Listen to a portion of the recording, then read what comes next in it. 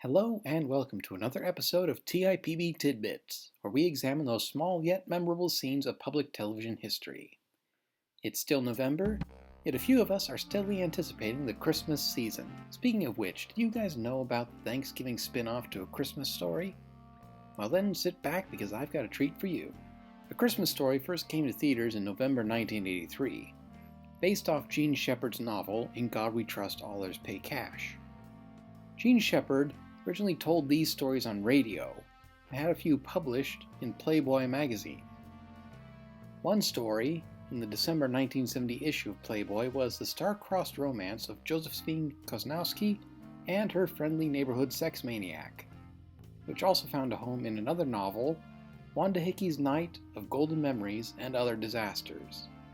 In 1985, about a year after A Christmas Story hit theaters, Josephine Kozlowski had her time in the spotlight on an episode of American Playhouse on PBS. Written by Gene Shepard and directed by Fred Barzyk. Peter Coanco plays the teenage Ralph Parker, George Coe plays the old man, Barbara Bolton plays Ralph's mother, and Catherine Camille plays Josephine Kozlowski. The story takes place long after the Parkers' hillbilly Bumpus neighbors abandoned their house. The new occupants are the Polish Kozlowski family and their attractive daughter Josephine. Ralph takes a liking to Josephine, and the two start dating, although things between the two may be going a bit too quickly for Ralphie's liking. Meanwhile, the old man tries to get a good deal on a used car, and Randy is upset about having to play a turkey in the school Thanksgiving pageant. The original short story, published in Playboy, had no mention of Thanksgiving, the holiday aspect likely being an add-on when Shepard was adapting the story for television. The episode still maintains Shepard's storytelling charisma, his vivid descriptions and roll-off-the-tongue narrations. Shepard even introduces the episode as an adult Ralphie.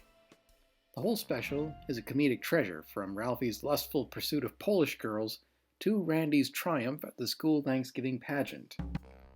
And the ending scene of the Parkers' Thanksgiving feast is the icing on the cake for an enjoyable holiday special.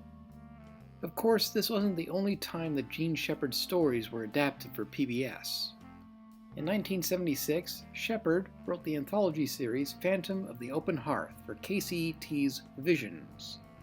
In 1982, he wrote his first movie for PBS's American Playhouse with The Great American 4th of July and Other Disasters, a full year before A Christmas Story premiered in theaters.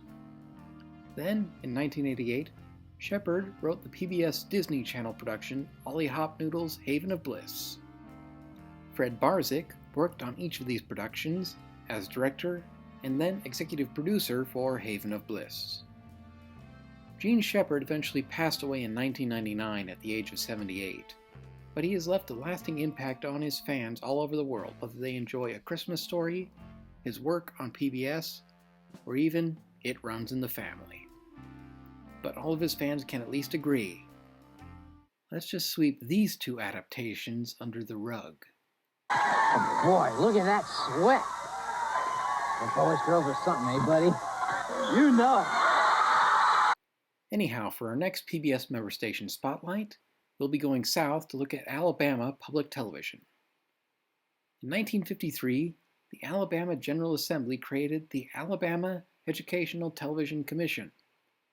In 1955, WBIQ Birmingham hit the airwaves, making Alabama the first state in the Union with an educational television network. Alabama Educational Television was first an NET member station, and then joined the Public Broadcasting Service in 1970. New member stations popped up across Alabama from 1956 until 1970. In 1988, the network changed its name to Alabama Public Television, and during the 1990s, programming was simulcast for each member station across the state.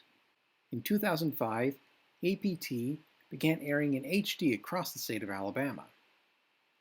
Of course, the network has had its share of controversies. In the 60s and 70s, APT refused to air programs pertaining to the Vietnam War and African American communities out of fear of defunding. leading to its license being briefly revoked by the FCC in 1976. In 2019, the network declined to broadcast the Arthur episode Mr. Ratburn and the Special Someone due to its portrayal of a same-sex wedding. Programming on APT includes local programs such as documentaries on Alabama history, the news program Capital Journal, Journey Proud, Monograph, Subcarrier, and Discovering Alabama. Today, APT operates 9 stations across the whole of Alabama, along with portions of Georgia, Florida, Mississippi, and Tennessee. If you are in Alabama, you can tune in to Alabama Public Television on these stations, with PBS Kids on the .2 channel, Create on the .3 channel, World on the .4 channel, and Huntsville ETV on the WHIQ .5 channel. Thanks for watching, and I hope you enjoyed this video. If so, feel free to like, subscribe, and share, and also don't forget to support your local PBS stations, so more programming related to American Playhouse can find its way to your television screens. Until next time, I'm Captain Rutledge. Good day.